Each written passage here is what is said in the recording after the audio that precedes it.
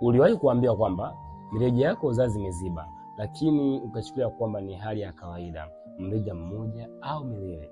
Iko hivi, kama ni mwanamke ambaye unanisikiliza hapa, endapo uliwahi kuambiwa kwamba mirija yako ya uzazi imeziba, itakuwa ni vigumu sana kushika mimba, na hiyo ndio hupelekea wanawake wengi sana kutafuta mimba kwa muda mrefu, na hiyo ndio hupelekea wanawake wengi sana kuwa watasa au mimba kutungika nje ya mji wa mimba.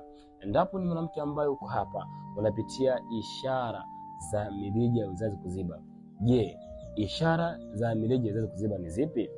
Kuhisi maumivu ya kiuno, kuhisi maumivu ya tumbo, kuhisi maumivu wakati wa tendo la ndoa, yani unakuwa hauna hamu kabisa wakati wa tendo, yani unakuwa tu unajimiana na mwanzo wako kwa sababu tu wewe ni mwanamke. Sasa usike kimya hali ya kuwa unapitia hizi dalili za maumivu ya kiuno, za maumivu ya tumbo, au unatokwa na uchafu wenye harufu mbaya sehemu za siri, au unatokwa na uchafu ambao unaoambatana na miwasho sehemu za siri.